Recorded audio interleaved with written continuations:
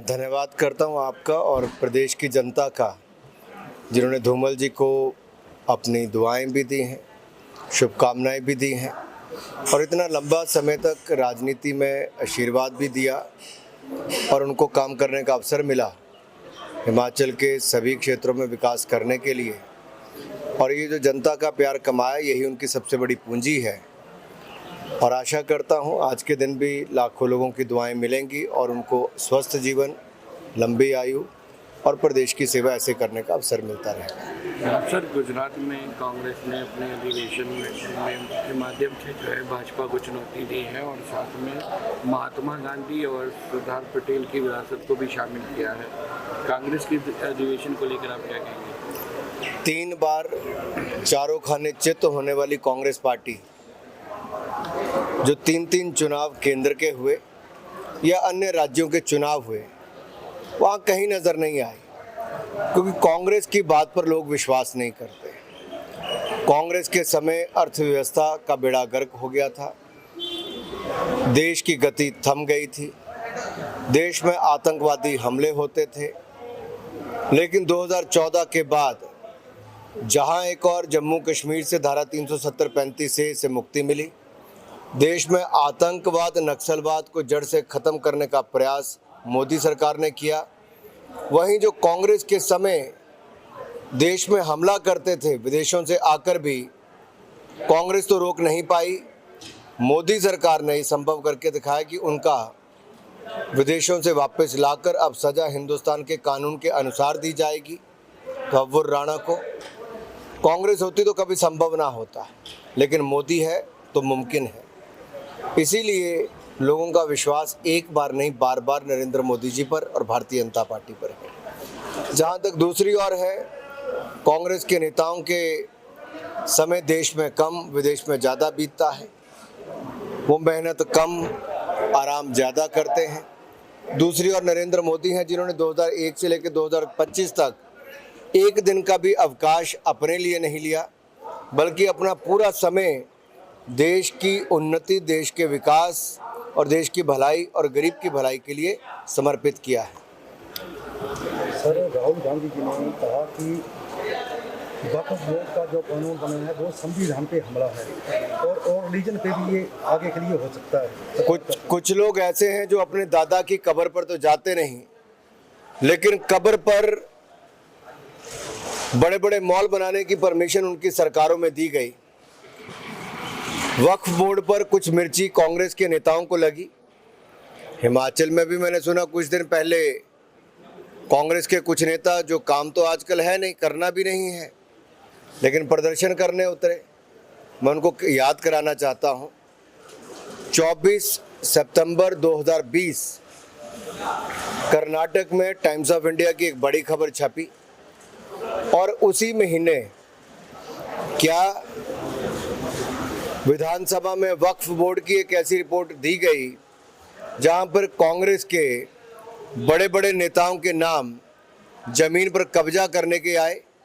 क्या उन्होंने वक्फ बोर्ड की संपत्तियों पर कब्जे किए थे? जवाब तो उनको देना है। और ये वो लोग हैं जिन लोगों ने एक नहीं अनेकों संपत्तियों पर कब्जे किए हैं। वक्फ की जमीन का काम क्या किसी स्कूल बनाने के लिए किया गया? क्या अस्पताल बनाने के लिए किया गया? क्या बाकी जन सुविधाओं के लिए किया गया? नहीं। आईटीसी विंडसर मैनर, जो बेंगलुरु में एक बड़ा 5 स्टार होटल है, क्या 12,000 रुपये में उसकी ज़मीन देनी चाहिए थी, जो अरबों रुपये कमाता हो? दूसरी तरफ से ऐसी अनेकों ज़मीनें जहाँ पर कौड़ियों के दाम या दे दी गई या कब्जे कर लिए गए। ये वक्फ की ज़मीनें जो मुस्लिम समुदाय की महिलाओं के, बच्चों के, उनके लोगों के काम आनी चाहिए थी, जो 2 लाख करोड़ रुपए से ज़्यादा की ज़मीन हो, जहाँ पर सालाना कमाई और सच्चर कमेटी की रिपोर्ट के हिसाब से 12,000 रुपया 2006 में आनी चाहिए थी। कितनी? 12,000 करोड़ रुपया 2006 में। तो पिछले 20 साल की कमाई अगर हम सोचें 12,000 करोड़ इस साल की आनी, तब भी 2.5 लाख करोड़ बनती है। आई क्या?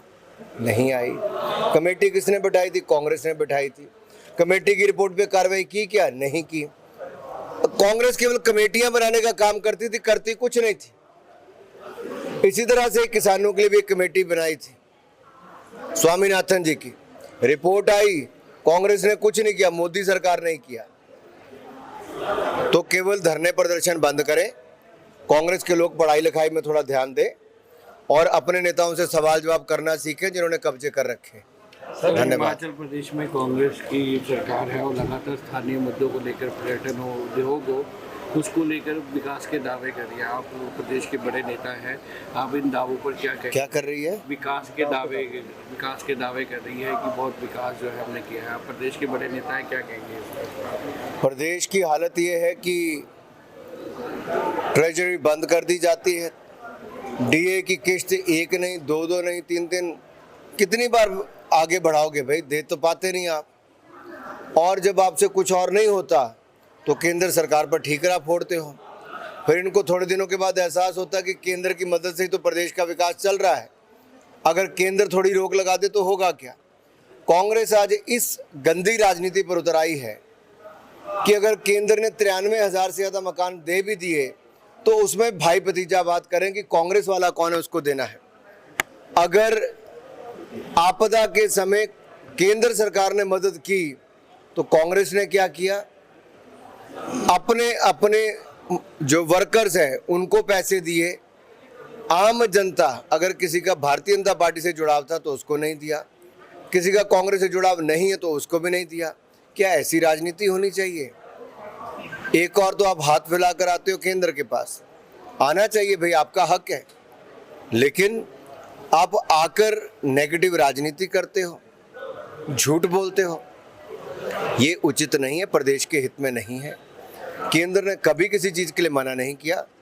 अगर केंद्र बड़ा दिल करके हिमाचल की मदद कर रहा है तो हिमाचल को कम से कम, हिमाचल की जो कांग्रेस की सरकार है उसको मन छोटा करके इसके आरोप प्रत्यारोप की राजनीति नहीं करनी चाहिए। सर, प्रदेश को भाजपा का प्रदेश अध्यक्ष कब तक मिलेगा? जल्दी मिल जाएगा। विपक्ष बार अभी भी है प्रदेश अध्यक्ष, लेकिन